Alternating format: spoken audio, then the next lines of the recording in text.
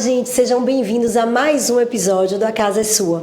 Hoje é um episódio super especial com uma convidada que eu estou muito lisonjeada de estar recebendo aqui no nosso podcast. Ela que é soterapolitana, mãe de Felipe e Henrico, esposa de Marcel, apaixonada por Salvador.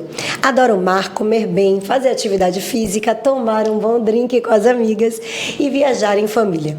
Tem no seu DNA o talento por criar conexões. Arretada desde cedo, conquistou com seu carisma e capacidade comunicativa espaços de liderança e alta performance, focando todo o seu potencial de gestora. É empresária, consultora, graduada em Administração de Empresas pela Faculdade Rui Barbosa e cursou Arquitetura e Urbanismo na Universidade Federal da Bahia. Pós-graduada em Gestão Financeira, Controladoria e Auditoria pela FGV e também especialista em Governança e Inovação Pública para líderes da América Latina pelo CAF. Atuou na iniciativa privada como diretora de projetos de parcerias públicas-privadas, desenvolvendo e coordenando estudos de projetos de PPPs e concessões em todo o país. Exerceu cargo como diretora de desenvolvimento urbano e subsecretária de desenvolvimento urbanístico da cidade de Salvador, quando coordenou o programa de desenvolvimento econômico 360 graus. Hoje, ocupa o cargo de secretária de Desenvolvimento Econômico, Emprego e Renda da Prefeitura de Salvador. Mila Paz, muito obrigada e seja muito bem-vinda. A casa é sua. O prazer é todo meu, uma honra, um prazer e uma satisfação, né? Estar aqui com você, essa profissional competente, mas acima de tudo, uma grande amiga. Então, eu estou muito feliz. Quem está lisonjeada sou eu por estar aqui compartilhando um pouco aí dessa trajetória e desses desafios com esse público aí do A Casa é Sua.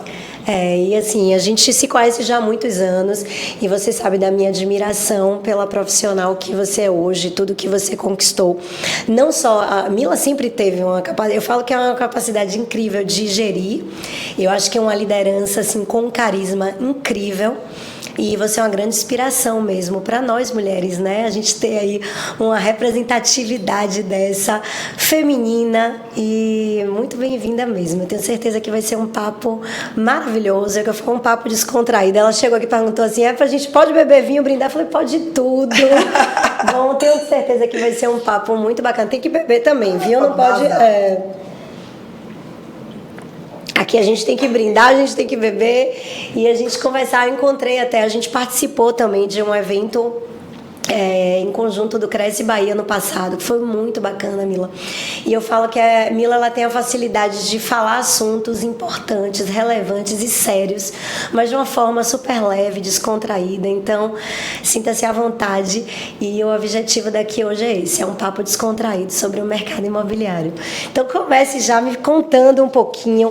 Eu que acompanho sua trajetória, você sabe disso já há muitos anos, mas você começou no setor privado, né? E de uma hora para outra sua vida deu uma reviravolta e você foi parar no setor público. Conta aí pra gente um pouquinho como é que foi essa mudança. É outro mundo, é totalmente diferente. Conta aí pra mim. Bom, como você já resumiu aí na abertura da minha apresentação, eu realmente tenho uma história de carreira que começou no setor privado. Eu, muito jovem ainda, recém-formada em administração, eu cursei arquitetura, mas me formei mesmo em administração de empresas. Eu passei num trainee de uma grande empresa, uma grande construtora do país, e foi minha grande escola. Antes disso, eu tinha trabalhado em duas outras empresas privadas, uma na área de energia e uma na área de infraestrutura, mas minha grande escola foi realmente essa construtora, né? E dentro da construtora, dessa grande empresa, eu trabalhei em vários setores. Comecei muito na área financeira, então meu lastro, eu digo assim que meu lastro, minha base profissional foi muito na área financeira. Então eu trabalhei em obra, passei por vários setores da área financeira de obra. Então trabalhei com auditor, com controladoria, com tesouraria, com contas a pagar. Então eu tive realmente aquela história daquela pessoa profissional que começou literalmente no chão da fábrica. Então isso para mim sempre foi um motivo de orgulho, mas eu sempre entendi como assim, na minha carreira ter tido experiências de execução sempre me ajudou muito no momento em que eu saí para um cargo mais de gestão e de coordenação. Então eu sempre valorizei muito as experiências práticas das atividades. Então eu tive muito essa trajetória de ter começado no chão da fábrica, depois passei por um período consolidando as obras do Norte e Nordeste. Morei em vários lugares do Brasil, então minha primeira experiência de obra foi no interior do Pará. A gente fazia obra para Vale do Rio Doce, e eu trabalhava numa obra lá numa cidadezinha chamada Parauapebas, no interior do Pará. De lá eu fui morar em Recife, fui convidada pelo diretor financeiro da época, administrativo financeiro da época, para fazer toda a parte de consolidação financeira do Norte e Nordeste. Passei um tempo em Recife, de Recife eu fui passar um tempo em São Paulo, numa fase em que a empresa passou por uma grande reestruturação.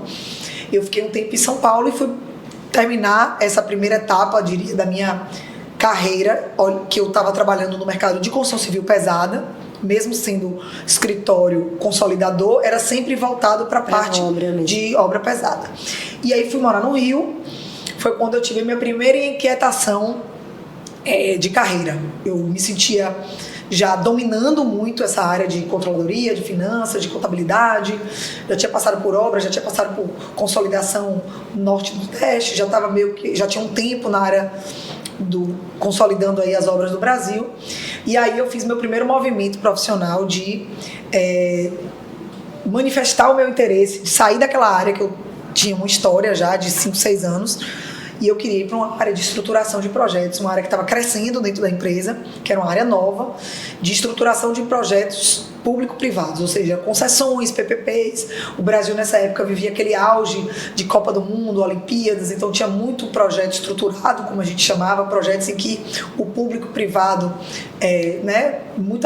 toda a parte de regulamentação dessa área assim, surgindo no Brasil, se consolidando, essa perspectiva de você poder trabalhar público e privado em prol de um mesmo projeto. E aí foi nesse momento em que eu encontrei pela primeira vez um propósito que me acompanha até hoje na minha carreira, que é uma motivação por trabalhar projetos de impacto. Foi a primeira vez que eu vivi uma experiência profissional de atuar em projetos com capacidade de transformação em massa. Os projetos que eu liderava, que eu acompanhava, dentro da empresa, eram projetos com interlocução, a maioria delas com interlocução pública, então ou alguma secretaria de um governo, ou alguma secretaria de Estado, então eu tinha interlocução. Foi a primeira vez também que eu comecei a ter interlocutores da área pública. Foi a primeira vez que eu comecei a ter contato profissional com o setor público. Então foi um momento muito especial da minha carreira, onde eu realmente me apaixonei pela área de projetos, pela área de projetos, muito principalmente em função da capacidade transformadora que esses projetos geravam, né? Projetos de transformação urbana, de transformação econômica. Então foi uma fase muito feliz, assim. E aí... Isso você estava no Rio ainda? No Rio. Morava no Rio, trabalhava no Rio e estava naquele boom ali de muitos projetos. Rio de Janeiro, uma questão econômica muito forte e tal. E aí, nesse auge, assim, eu tinha acabado de assumir meu primeiro projeto como DI, que era o cargo de diretora de investimentos. Eu era uma DI em formação, e aí eu tinha acabado de assumir um projeto em Niterói, que era um projeto de estruturação de uma operação urbana consorciada para requalificar o centro de Niterói, a região central portuária de Niterói. E aí eu tinha 15, 20 dias que tinha assumido o projeto, e eu saí para uma visita de campo e sofri um acidente nessa visita. Eu entrei numa comunidade com uma pessoa lá da empresa e a gente teve o carro alvejado. Eu tomei um tiro nesse episódio e esse tiro mudou completamente minha vida, né?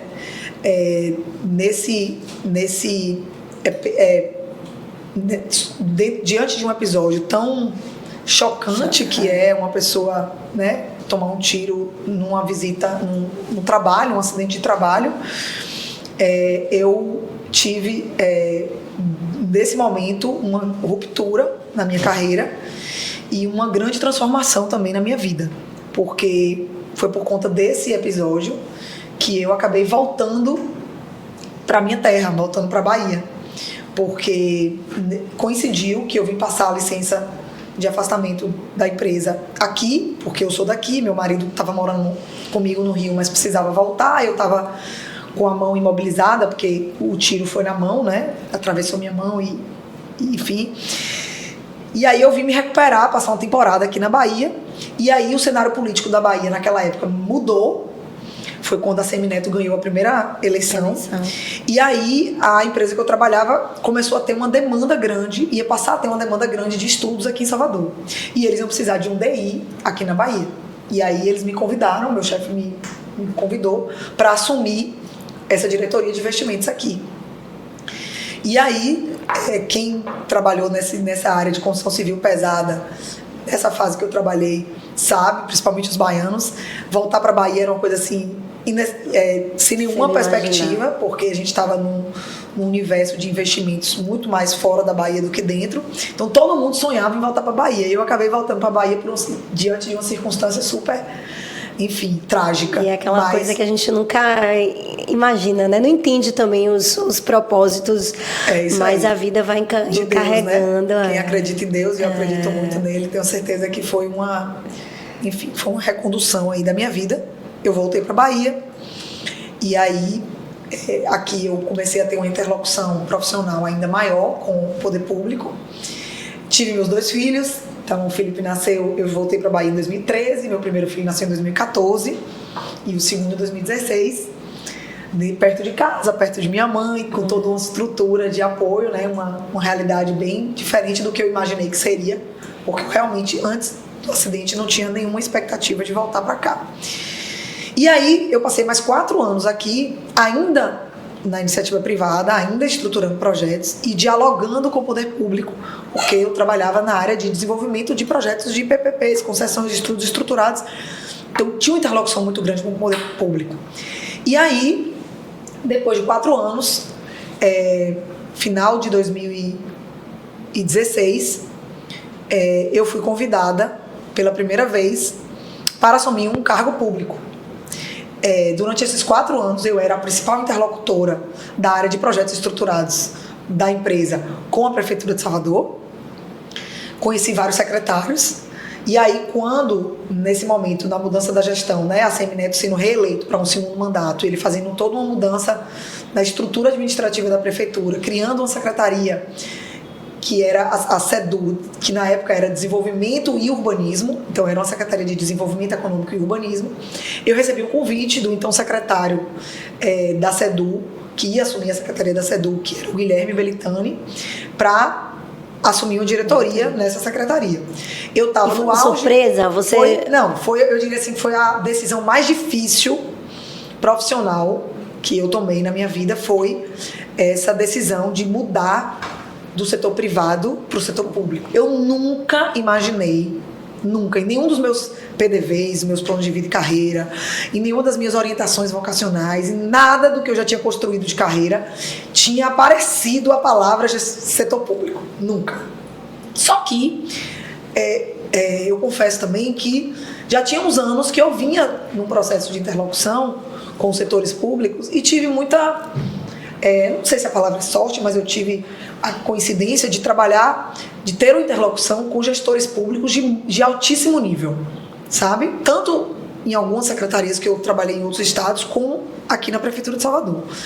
Então, a minha visão do setor público era uma visão até que tinha se transformado um pouco. Eu percebia um perfil de gestores públicos que me despertava uma certa curiosidade. E naquele momento que eu recebi o convite, eu estava num momento de carreira na empresa muito estacionada. Eu estava com 30 e poucos anos ali, no auge da minha capacidade produtiva, e tinha quase que 2 anos que eu não tinha um grande desafio, né, dentro da empresa. E tem aquela inquietude também, né, de querer fazer algo novo. Total. Aquele primeiro ciclo de 5 anos que eu comentei, de eu pedir para mudar de área, estava chegando exatamente aí, já tinha 6 anos que eu estava atuando na área privada, né? Eu fiquei 11, quase 12 anos na empresa. E aí eu me vi diante de um convite super inesperado, de verdade, mas ao mesmo tempo também diante de uma oportunidade de vivenciar uma experiência que eu brinco assim do outro lado da mesa, né? Então eu ia ter a experiência de vivenciar o outro lado da história. E aí eu, depois de umas semanas de conversas com alguns, eu tenho alguns mentores, tenho alguns ex-líderes que são pessoas muito referências para mim, que eu converso muito quando eu tenho esses momentos de decisão. Meus pais também são pessoas que eu tenho como referências muito fortes de orientação, então eu conversei com algumas pessoas e tal. Meu marido também, que é um parceiraço, assim, um super incentivador da minha profissão, da minha carreira, do meu sucesso. Então, todos eles me estimularam para sair, né? Era de fato uma decisão difícil, não só porque eu ia mudar completamente meu ambiente, sim, mas financeiramente também era uma decisão difícil, porque era uma decisão de redução salarial, digamos assim, sendo bem objetiva, né? Eu ia ganhar menos do que eu ganhava, mas também eu ia ter um mundo de oportunidades. Uma coisa que fez muito, que eu pensei muito na época, eu tinha vindo para Salvador, já tinha 4 anos aqui, mas eu era uma pessoa assim, super competente, a empresa onde eu trabalhava me super valorizava, mas no mercado da Bahia, dentro de Salvador, ninguém sabia quem eu era. E eu sabia que eu tinha tido uma carreira super ascendente e que eu tinha ali uma capacidade, mas era uma capacidade limitada ao universo da empresa onde eu trabalhava. Indo para o poder público, você abre muito essa frente e você começa a ter Você tem a possibilidade de ser vista também, total, né? Seu trabalho fica bem exposto. Exato, você conhecer pessoas. Eu tinha 2 filhos pequenos, eu não queria sair de Salvador. Eu sabia que no mercado privado a probabilidade naquela época, se hoje ainda é um pouco, e naquela época era muito grande de receber convites para sair de Salvador. Enfim, aí eu somei tudo, botei na balança dos prós e contras e tomei a decisão de sair. E aí vivenciei a minha primeira experiência na área pública. Foi na segunda gestão do prefeito Assemineto. No meu currículo diz aí, eu fui diretora de desenvolvimento urbano e depois de um ano subsecretária de desenvolvimento da SEDU, onde eu coordenei o maior programa de desenvolvimento econômico da segunda gestão do prefeito Assemineto, que foi o Salvador 360, que era um programa que trabalhava 360 ações nas mais diversas áreas, olhando em prol do desenvolvimento econômico de Salvador. Foi minha primeira grande experiência na área pública.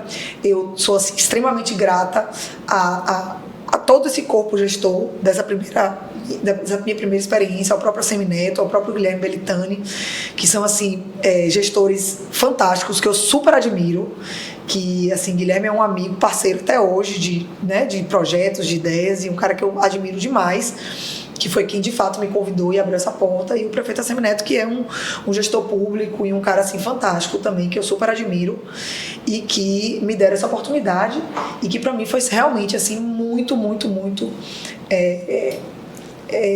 engrandecedora. E né? De lá para cá você hoje hoje secretária de desenvolvimento econômico. E sabe o que eu acho mais bacana de você? Porque como eu já falei, né, acompanho seu trabalho e você tem um brilho no olho, Mila, que assim é difícil a gente ver às vezes, né, no setor público, e a gente tem a oportunidade de ter essa mulher e falando sempre com muito entusiasmo da profissão, dos projetos. Então, eu acho que isso é um grande diferencial seu. Eu tenho muito orgulho do meu caminho, da minha história, mas tenho mais orgulho ainda do trabalho público que eu venho conseguindo desenvolver em Salvador, sabe? Desde a época lá, né? Eu tenho muito orgulho do time que eu faço parte. Ninguém faz nada sozinho. Claro. Né? Eu não entrego o que eu entrego porque Mila é uma boa profissional. Claro que eu tenho o meu mérito, mas eu tenho um super time hoje que trabalha comigo na secretaria. E a gestão pública em Salvador, desde a minha primeira passagem, que foi lá na gestão de Assemineto, tem um super time de pessoas técnicas, de pessoas comprometidas com a cidade. E eu sou muito orgulhosa, de fato, dessa história e desse caminho que eu tenho percorrido. Tenho sempre encontrado pessoas muito, muito competentes, né? Eu tenho realmente um orgulho danado assim, de tudo que a gente vem fazendo. E eu digo a gente porque é a gente mesmo, é um time, né?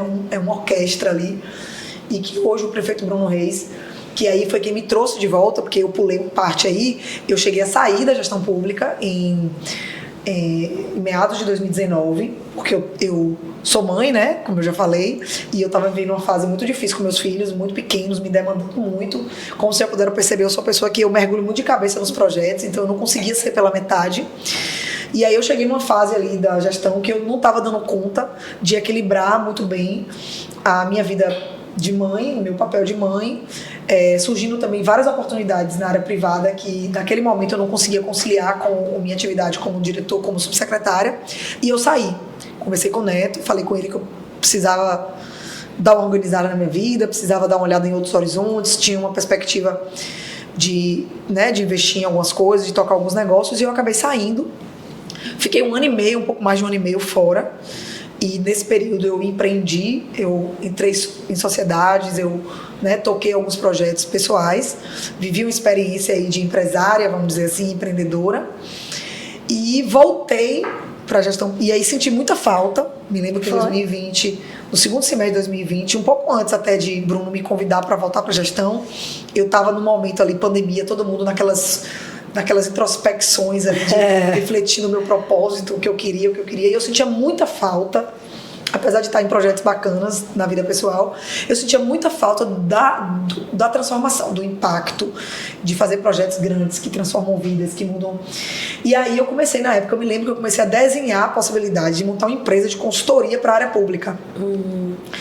E aí acabou que esse projeto não foi para frente, coincidiu que nessa época Bruno foi eleito e me ligou dizendo que ele estava montando 2 novas secretarias na gestão, que uma delas era desenvolvimento econômico e que o nome que ele tinha pensado para tocar essa pauta era eu, porque todos os projetos que vinham na cabeça dele eram projetos de alguma maneira que eu tinha começado ou pensado, e aí ele trouxe lá o portfólio. Eu confesso que nesse momento foi um outro ponto de inflexão aí, que eu tive muita dúvida se eu queria ser secretária, porque eu sempre fui muito hands-on, eu sempre fui muito de executar, de implantar, de fazer, menos de ser vitrine. Eu nunca gostei muito da vitrine, né? Isso me incomodava um pouco, e aí eu titubeei um pouco, pedi uma semaninha de prazo, conversamos e tal, e aí depois eu ponderei lá e ele realmente me convenceu pela proposta da secretaria, pelo propósito que essa secretaria teria. Tinha muito a ver comigo, tinha muito a ver com o que eu acredito. Fiz algumas premissas básicas de capacidade de gestão, de montar equipe, etc., que ele aceitou todas. E aí eu voltei em janeiro de 2021, no início da gestão dele, para construir uma nova história, construir uma secretaria do zero, não existia nada. Não existia.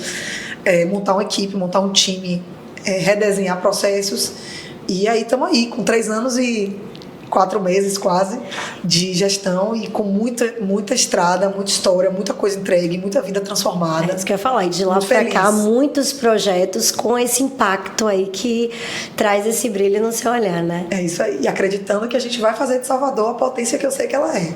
Tenho certeza disso. Com certeza. Tenho dúvida. E falando um pouquinho do nosso mercado imobiliário, a gente sabe que o mercado imobiliário, ele impacta diretamente, né, no desenvolvimento da cidade e vice-versa, né, Mila? Então, assim, o desenvolvimento da cidade também impacta diretamente no nosso mercado, no desenvolvimento do mercado imobiliário.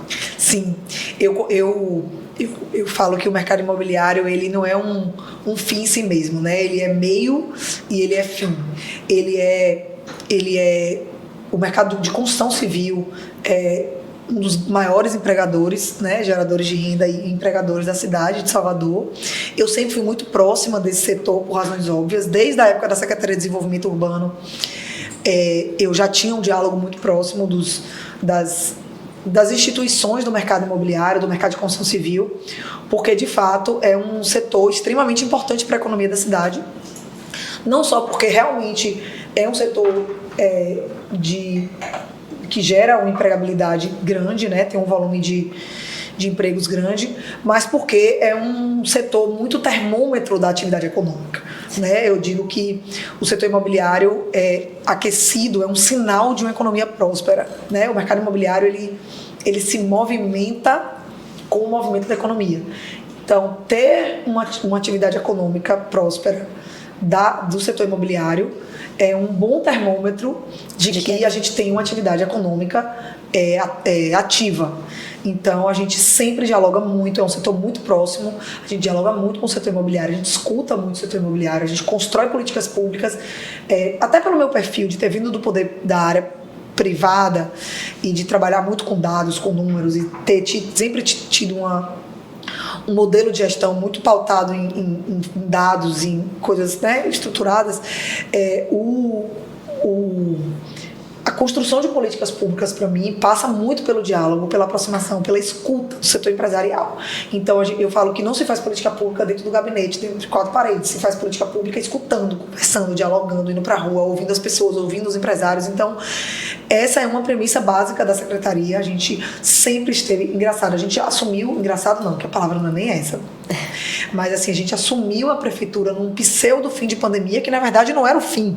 Né? Era o início de uma segunda onda. E nós fomos a secretaria que capitaneamos todo o diálogo com o setor produtivo sobre aquele desafio que foi o fecha, abre, retoma as atividades, não retoma.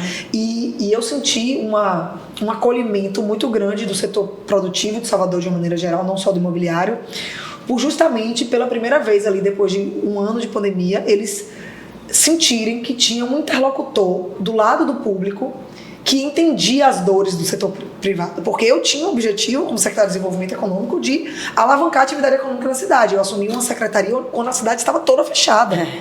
Né? Setores sendo proibidos de funcionar. Então foi um grande desafio. O ano de 2021 foi extremamente desafiador, mas como eu fiquei muito à frente desse diálogo, eu me aproximei muito do setor produtivo e eu acho que isso foi um ponto assim extremamente importante para uma consolidação de uma confiança que eu carrego até hoje do setor, que eu tenho certeza que eu tenho do setor produtivo hoje de Salvador, que confia muito no nosso trabalho, que acredita muito, que aposta muito, que compra muito os nossos projetos, nossas ideias, porque vê de fato um trabalho sério, correto, dando resultados. Então eu sou muito grata e feliz até por esse desafio que a gente passou e a forma como a gente conseguiu conduzir isso, com uma equipe extremamente comprometida, com um prefeito extremamente diligente, que sempre estava muito próximo, escutando, ouvindo e acatando os projetos. Eu nunca, digo para você, tenho 3 anos e 4 meses, né, sob a liderança de Bruno Reis, eu nunca levei para ele um projeto que ele não me autorizasse a fazer. Minha secretaria é uma secretaria que não tem orçamento próprio,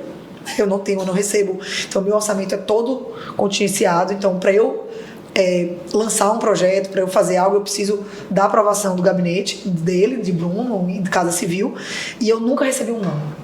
Todos os projetos, todos os pleitos que eu já fiz até hoje para a implantação dos projetos, 100% das vezes ele topou e mergulhou comigo de cabeça, acreditou e apostou e incentivou. Isso é super importante. Super importante. E vamos falar de um projeto que é super importante e que com certeza vai impactar diretamente aí no nosso mercado imobiliário, que é o Renova, né? Fala um pouquinho desse projeto que eu já ouvi falar dele, mas eu acho que ainda deve ser mais divulgado também, né? Mas é um projeto que tem tudo para mudar muito a cara do centro da cidade. Fala um pouquinho pra gente. Vamos lá. O Renova, ele é um programa de estímulo e incentivo à implantação de habitação, principalmente na região histórica da cidade. O Renova, ele é um resultado de um longo caminho percorrido aí pela gestão de outros programas, de aprendizados em outros programas. A gente teve o Revitalizar, a gente tem o PID, que é um programa de incentivo ao desenvolvimento e inovação. O Renova é um programa que reúne várias ações que a gente viu ser necessárias ao longo da existência desses outros programas, a partir também de uma pesquisa, de um olhar para programas de renovação de centros de outras cidades do Brasil e do mundo. Acho que cabe, até antes de falar do Renova, enfatizar um pouco o desafio que é a gente requalificar centros históricos. Não é um desafio de Salvador só, é um desafio do mundo, do Brasil e do mundo, né? A gente sabe que esse resgate dos centros históricos e fazer com que esse resgate seja algo sustentável é um desejo e uma vontade, uma necessidade de várias cidades, principalmente as mais antigas. Salvador, como primeira capital do Brasil, talvez seja o maior desafio. A gente tem o maior conjunto colonial aí das Américas, a gente tem realmente um patrimônio, uma cultura, que no fundo, é o que a gente é. Então, assim, o que é Salvador? Salvador é cultura, Salvador é patrimônio, Salvador é isso aí. Então, assim, a nossa essência é o centro, é o que está ali no centro. E o que a gente vê, assim, já há alguns anos, é uma degradação realmente disso. A gente vem, desde a gestão do prefeito Assemineto, investindo muito tempo, dedicação, projeto e recurso nessa transformação física do centro. Né? A gente tem um conjunto de equipamentos culturais totalmente requalificados e renovados dentro do centro, novos equipamentos implantados, áreas públicas 100% requalificadas, praças renovadas. Então, a gente tem um conjunto de investimentos físicos do centro. Temos equipamentos, inclusive, lastreados em questões econômicas, como o Hub de Tecnologia, como o DOCA1, que é um centro de economia criativa. E tudo isso, se tem um consenso na área de revitalização de centros do mundo, é que sem habitação, sem levar o morador, sem levar vida real para dentro dos centros, a gente não gera sustentabilidade, a gente não transforma.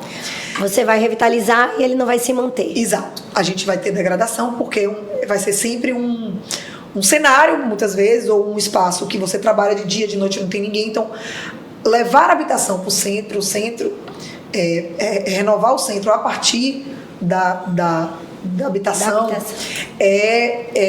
o caminho é uma mesmo. Unanimidade hoje, sabe? Não existe hoje, quer dizer, talvez tenham pessoas que são assim, os pensadores urbanistas, né, que mais estudam o tema, dentre essas pessoas não existe outro caminho que não seja levar a habitação. E levar a habitação para o centro passa por um desafio que envolve o nosso papo aqui hoje, que é como fazer com que o mercado imobiliário, porque assim, você está falando de habitação, que é habitação social também.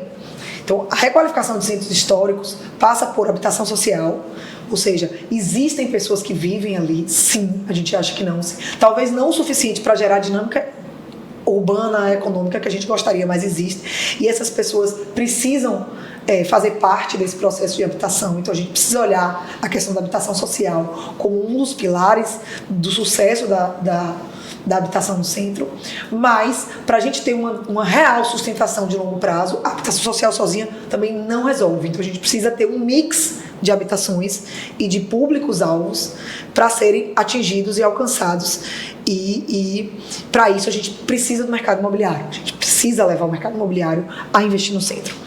E aí a gente vem desenhando aí vários programas. Eu brinco que não tem um caminho único, não é uma solução sozinha, é um somatório de ações, e o Renova vem dentro desse conjunto de ações que a gente acredita serem importantes e fundamentais para viabilizar a habitação no centro. O Renova é o resultado, como eu falei, de uma experiência, de uma pesquisa e de um diálogo com o mercado imobiliário. Então, o que é o Renova? O Renova é uma política pública de incentivo para investimento principalmente em habitação no centro histórico da cidade de Salvador. É uma poligonal ampla, que coincide em parte com a poligonal do Distrito Cultural do Centro Histórico, que foi implantado na gestão de Bruno no ano passado. Bruno criou uma região administrativa. A Prefeitura de Salvador era dividida até o ano passado em 10 regiões administrativas. Você tem prefeituras bairro cuidando de várias regiões da cidade, e ele criou uma 11ª região administrativa, que é o Distrito Cultural do Centro Histórico, onde você tem uma subprefeitura ali dentro, que cuida de quê? De toda a zeladoria urbana, toda aquela pauta de cuidado direcionado por essa prefeitura. Essa mesma poligonal, um pouco ampliada, é a poligonal do Renova. Que área é essa? Eu estou falando aí de uma área que vai ali da Casa de Itália, certo? Pegando o limite aqui do lado de cada cidade. Então, entre a Avenida 7, Carlos Gomes, e a Avenida Contorno ali, a partir de baixo. Sim. E termina lá próximo aos Órfãos de São Joaquim. Na verdade, com os Órfãos de São Joaquim. A poligonal termina na Casa Pia, que é ali na frente da feira e aquele imóvel histórico patrimônio. Então, é uma poligonal bem extensa, então tem uma área bem abrangente de atuação, e ele traz aí um conjunto de incentivos para viabilizar a implantação e o investimento privado nessa região, prioritariamente para habitação. Então, o que ele dá? Primeiro o benefício que o Renova traz. Para imóveis que forem adquiridos para a requalificação, revitalização dentro do programa, você tem todo o perdão da dívida daquele imóvel. Então, geralmente esses imóveis históricos ou nessa região tem débitos aí com o município, de IPTU, de TIV, então a gente perdoa todas as dívidas desse imóvel. Primeiro benefício do Renova, que é já até um benefício que já existia no Revitalizar e a gente está trazendo para o Renova. Um outro benefício do Renova é a gente isenção do ITIV nessa aquisição para o investidor. Certo. Isenção do ITIV do incorporador, ou seja, se você tem um investidor que adquiriu um imóvel e de alguma forma ele vai precisar fazer uma transação com ele também não vai. Também não tem cobrança do ITIV. Ou seja, um lançamento imobiliário lá agora, esse cliente que comprar essa unidade habitacional. São 3 ITIVs. São 3 ITIVs. O ITIV de quem vendeu o imóvel para o terreno. O ITV do cara que comprou, que vai incorporar ali e que adquiriu, se não for uma parceria. Já o cliente final. E o cliente final que for comprar um apartamento ali, ele também não paga o ITV, certo? Além disso, o ISS durante o período de obra é isento, não paga ISS de todo o período de obra. Certo. Nossa. O IPTU durante o período de obra é isento e o IPTU de quem compra esse imóvel, ele tem 10 anos de isenção. Então, quem comprar um apartamento do Renova, na região do centro, tem 10 anos de isenção de IPTU. Você não paga IPTU por 10 anos. Além disso, a gente tem o TIV, o IPTU. A gente incentiva também a implantação nos térreos dos empreendimentos, né, daqueles que são uso misto, de atividades econômicas comerciais que sejam típicas de bairros residenciais. A gente incentiva reduzindo o ISS dessas atividades para 2%. Que atividades são essas? Eu vou citar algumas, não vou lembrar de todas. Sim. Escola, atividade educacional, academia, salão de beleza. Então, todas as atividades que se deseja ter um bairro residencial. Então, qual é a ideia? A gente estimular que vá para aquela região atividades que a gente queira que sejam de bairros residenciais. Sim. A gente também levou para dentro do Renova esse incentivo de redução do ISS para unidades que se instalem ali de diversas atividades. E aí não acabou aí. O principal benefício é o seguinte: a gente tem um cashback, vamos falar assim para ficar mais claro. A gente devolve para o investidor metade do valor que ele investiu na reforma daquele imóvel, certo? Se for para botar qualquer coisa, independente de ser residência ou não. E se o que ele for botar ali for um equipamento residencial, pelo menos 60% do imóvel for para residência, ele recebe de volta 50% do dinheiro que ele investiu e 50% do dinheiro do valor do imóvel que ele comprou. Ou seja, ele recebe de volta. Nossa. Ele recebe de volta em título de compensação tributária. O que é isso? É um título que você pode abater impostos da sua empresa. Sim. Ou você pode vender para qualquer empresa e não é só débitos que estão lá na dívida ativa. É impostos futuros. Ou seja, o cara que está pagando IPTU aqui agora, ele Sim. pode compensar com essa carta de compensação tributária. Que é, não sei se ficou claro, vou repetir, você recebe 50% do valor que você investiu no retrofit do imóvel. E se for para residência, além dos 50% do que você investir para retrofitar, você ainda pode usar o valor da compra do imóvel, você ainda recebe metade de volta nesse título de compensação tributária. E fantástico, e queria entender também como é que está essa movimentação depois do lançamento do Renova. Eu acho que muito empresário já deve estar se movimentando, deve estar procurando, mas existe também uma movimentação, até antes do Renova, e eu queria saber se minha percepção é correta, essa movimentação nova para o centro histórico. E aí eu posso falar do próprio Carmo, que a gente vê um monte de artista global comprando casas ali na região, restaurando essas casas e fazendo casas, né, obras enormes. E esse movimento no verão, inclusive, a gente viu vários artistas que já estão aqui nas suas casas e postando lá nos stories, na vista. Tô certa essa percepção? Já tem acontecido esse movimento antes mesmo do Renova? Sim, a gente tem na verdade, essa ocupação e esse investimento na área histórica pelo setor privado, ele vem acontecendo já tem uns anos. Eu acho que talvez um dos precursores desse movimento mais recente, né, é o pessoal do Hotel Fera, né, que fez um grande investimento ali no hotel e tem vários imóveis no entorno que eles estão hoje, já tem um centro gastronômico, tira chapéu, que eles estão restaurando um prédio lindíssimo ali. Eles fizeram o primeiro empreendimento residencial de altíssimo padrão ali na Rua Chile. Então, sim, tem um movimento importante do setor privado. Acontecendo no centro histórico. Sim, um pouco antes do Renova, mas já com Revitalizar, já tem o PID ali, já incentivou algumas coisas. O Carmo é um case interessante de ocupação. O Carmo já passou por várias fases, né? Ele teve fase de especulação imobiliária, que teve investidor que comprou 10, 20 imóveis ali, passou anos e nunca fez nada, achando que um dia ia valer alguma coisa, vendeu a um preço ok só para se desfazer, e hoje o imóvel no Carmo vale muito. A verdade é o seguinte, viver em centros históricos requalificados, reestruturados, onde tenham vida, de quem tem a oportunidade de viajar no mundo, sabe que é algo espetacular, assim, é diferente, eu diria. Sim. Assim, né? Tem um público mais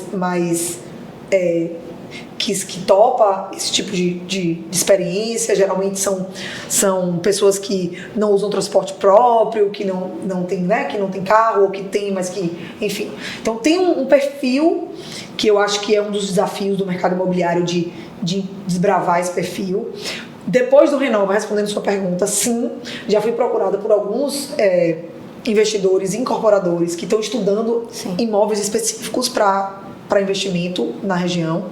E o que é legal é que, embora o Renova é um neném, né, a gente aprovou em dezembro e regulamentou agora em janeiro, ele é pela primeira vez, assim, eu ouvi do setor imobiliário uma frase que foi a seguinte: o Renova, Mila, fecha a nossa conta. Fantástico. Sabe? O Renova faz com que a conta do incorporador feche. A gente consegue fechar. Com o Renova, sem o Renova não fechava. Isso é o mais então importante. Isso é pra gente o que mais, assim, vale, né, de tudo.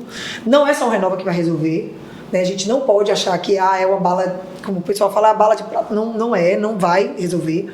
O Renova é mais uma ação que a gente vem fazendo para contribuir com esse movimento de ocupação do centro com habitação.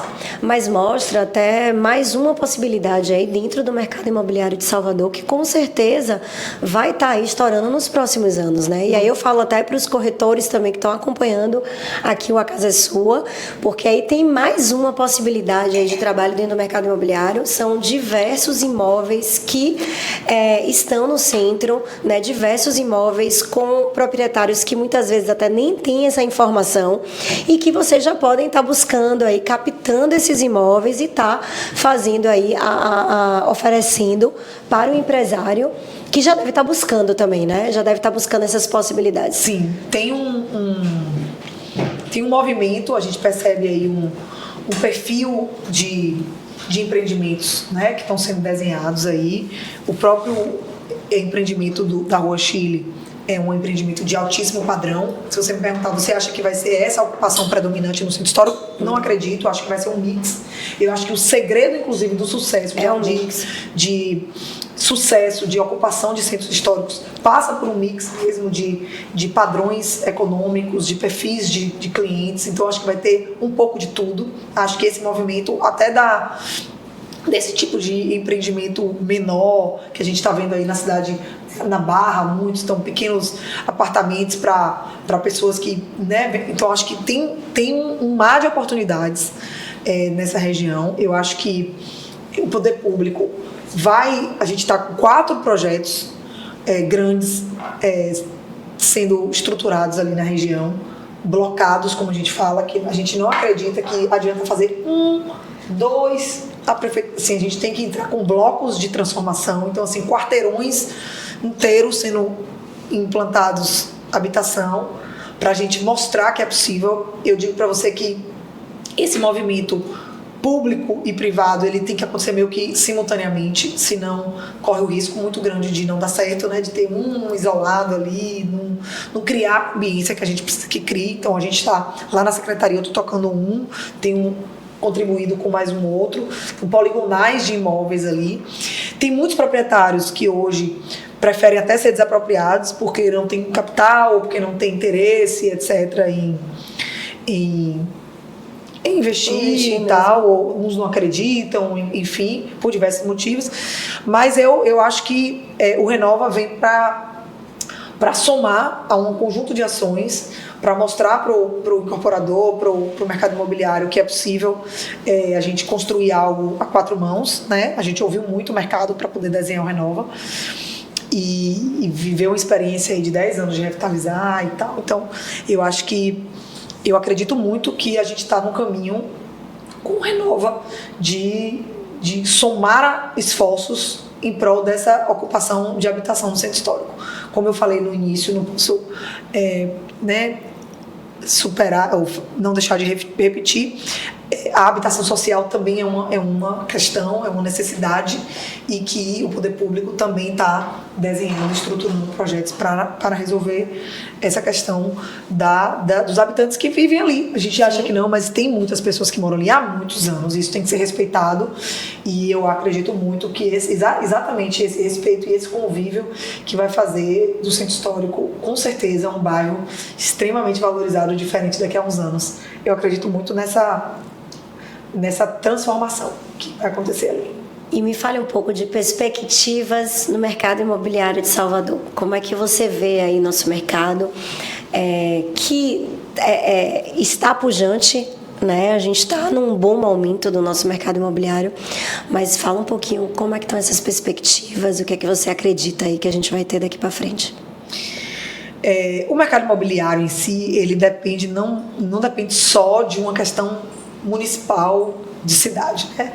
Ele depende, né, de toda uma conjuntura macroeconômica que a gente não tem controle nem domínio. Eu andei participando de alguns eventos que economistas trouxeram perspectivas e tal, então eu acho que as perspectivas são bem positivas desse cenário macroeconômico de juros e etc., que influenciam demais no mercado imobiliário. Mas o que eu posso falar olhando um pouco sobre Salvador, eu acho que a gente tem hoje grandes áreas da cidade passando por grandes transformações físicas. Centro Histórico é uma delas, a orla ali de Patamares e Pituaçu é uma outra área, e que criam uma ambiência urbana muito favorável para o mercado imobiliário. Acho que a gente a gente abre aí centralidades, possíveis novas centralidades habitacionais. E eu acho que tem uma outra coisa que a gente estava falando até antes de começar aqui, que eu acho que é pra gente falar aqui no ar, né?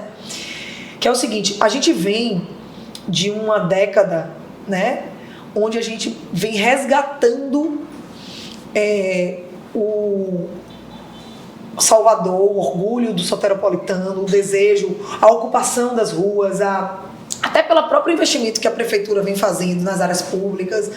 Vem acontecendo um resgate mesmo, a gente voltando a gostar de nossa cidade, a andar na orla, a passear, curtir os espaços públicos, porque de fato tem tido esse investimento nisso, e isso vem criando de fato uma nova forma de viver, de curtir a cidade, viver. E eu acho que o mercado imobiliário é talvez o grande impactado por isso, né? Então se talvez há 10 anos atrás a gente tivesse 2, 3 bairros que a gente conseguisse pensar em novos lançamentos imobiliários padrão A, B e C, ou AB, hoje a gente já tem vários. A gente tem contando ilhas, a gente tem quase 60 quilômetros de litoral. Nós somos a cidade que tem o maior litoral. Então, assim, a gente, para além do centro histórico, que é um desafio, e eu acredito muito nisso, a gente tem uma orla maravilhosa para ser explorada. Eu me lembro que há uns 30 anos atrás, uma amiga minha de Espírito Santo morou comigo quando eu fiz intercâmbio, veio aqui, aí 30 pé. Não conta, amiga, não conta, pode não precisar. Eu me lembro que eu passei pela orla, ela ficou impressionada com ela me perguntando assim, quanto é pra morar aqui, a gente passando ali em Amaralina, em bairro assim. Eu falei, Ela fez, gente do céu, como é que pode uma cidade com uma orla dessa e as pessoas não moram na orla, tipo, moram em bairros que não tem orla. E eu acho que essa mudança mesmo desse paradigma da orla, por vários motivos, né? Acho que o principal é esse, mas tem aí também uma evolução dos materiais de construção que já não se degradam tanto. Com a coisa da maresia, que é uma coisa que a gente sofre muito em Salvador, que já vem mudando. Então eu acho que tem um conjunto de elementos. Com certeza. Mas principalmente essa coisa do resgate da cidade, que vem acontecendo aí na última década. Eu faço parte disso, né? Porque estive em 2 momentos importantes dessa gestão. Eu acredito que isso contribui muito para esse futuro do mercado imobiliário. Eu acho que abre-se aí algumas novas regiões, vamos chamar assim, da cidade, bastante interessantes por conta disso, por conta da forma como as pessoas hoje vivem. Acho que a própria pandemia foi um outro elemento de ruptura que mudou muito a maneira da pessoa viver. Sim. Mudou muito o que é valorizado, o que não é valorizado. Então, também fez um movimento grande no mercado imobiliário. E eu acho que Salvador vive talvez a melhor época dela como cidade global. Nas últimas 2 semanas eu tive reuniões com 2 ou 3 pessoas de fora do país olhando para Salvador como um local para investir, e o investimento sempre muito voltado para a questão imobiliária. Isso é música para os meus ouvidos. E eu acho que é por aí. A sensação que eu tenho é que a gente ainda tem tanto para crescer, sabe? Então, justamente porque é uma cidade que, apesar de tão antiga, é uma cidade que tem se desenvolvido como se fosse um bebê, né? Então, isso tudo traz esse olhar, e traz o olhar do investidor, traz novas oportunidades para nós no mercado imobiliário, a pensar que há 10 anos atrás a gente não ia imaginar ter uma orla como a gente tem hoje, e quantas novas possibilidades de lançamentos imobiliários que a gente está tendo hoje dentro da nossa orla. Então, é uma coisa que eu sempre falo, e tem gente que fala assim, mas está caro. Eu falo, caro? A gente que conhece de mercado imobiliário, falando qual a cidade litorânea que ainda tem a possibilidade de tantos terrenos a serem lançados de frente mar, né? E se a gente pegar, não preciso nem sair do Nordeste, não. A gente falando aí de capitais do Nordeste, o metro quadrado ainda é muito acima de Salvador. Então eu gosto sempre de olhar, copo meio vazio, copo meio cheio. Eu sempre gosto de olhar que, na verdade, isso é uma perspectiva boa de o quanto ainda pode valorizar os nossos imóveis aqui em Salvador. Isso que a gente não falou de um outro pilar fortíssimo da cidade de Salvador, que a gente tem trabalhado na secretaria, mas que também ainda está engateando, que é a atividade econômica da economia do mar, da náutica, voltada para a Baía de Todos os Santos. Que a gente olha, né, uma grande mar de possibilidades, talvez num horizonte um pouco mais longo, mas você tem ali Itapajipe, você tem umas regiões ainda com capacidade de desenvolvimento super interessante. Claro que a depender da localidade, classes diferentes, mas eu estou entendendo que o mercado imobiliário a gente está falando para todo mundo. Sim, claro. Né? Então eu acho que tem realmente um oceano aí de possibilidades para o mercado imobiliário. E eu brinco que Fortaleza e Recife hoje disputam de igual para igual com Salvador, mas se você for olhar, eles já exploraram 90% da capacidade de diferenciais que eles têm. A gente não chegou nem nos 10% ainda, e a gente está no páreo ali com eles. Imagina quando a gente realmente conseguir explorar toda a capacidade que a cidade de Salvador tem de cultura, de arte, de história, de diversidade, de potência pelo local onde ela está, potência geográfica em relação, logística em relação ao Brasil, à Europa, ao mundo, economia do mar, náutica. Então, assim, a gente tem realmente uma cidade com um potencial gigantesco, e eu falo muito que Salvador, para mim, é uma cidade global. Ela independe, se ela de fato conseguir, né, fazer o que a gente tem feito, entregar o que a gente acredita que é possível entregar, ela independe do estado, do país. Ela é uma potência, eu não tenho dúvida disso, e o mercado imobiliário acho que é o que mais se beneficia de tudo isso. E o mercado imobiliário agradece. Mila, obrigada, viu? Obrigada pela participação. Obrigada. Eu sei que sua agenda é mega corrida. Desmarquei 2 vezes. Vocês não fazem ideia do que é a agenda dessa mulher. Mas realmente, de coração, muito obrigada por estar aqui dividindo um pouquinho o seu tempo com a gente, seu conhecimento, sua visão. E eu tenho certeza que somando muito com esse conhecimento incrível que você tem. Prazer, incrível ter você aqui. Eu que agradeço, uma honra. Vou convidar mais vezes. Virei com muito prazer, adoro. Eu que tenho a oportunidade de conversar bastante com essa mulher, posso falar para vocês que é sempre muito enriquecedor. Obrigada.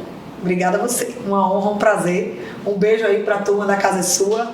E super orgulhosa aí de você também, da sua trajetória, de tudo que você vem fazendo aí. Nessa sua carreira maravilhosa que eu acompanho também. Obrigada. Parabéns. Então vamos brindar aqui para acabar. Para as próximas. Para as próximas. Deu.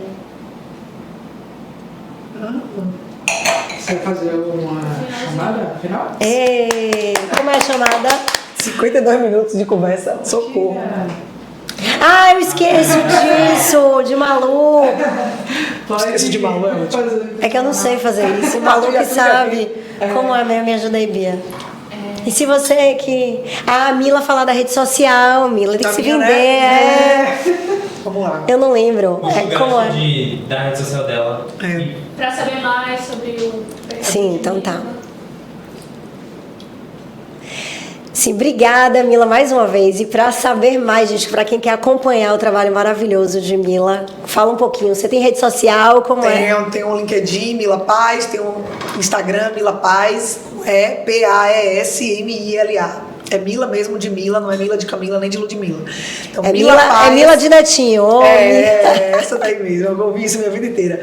Então, Mila Paz, tanto no LinkedIn quanto no Instagram. E é isso, eu tô aí mostrando um pouco desse trabalho que a gente vem fazendo aí.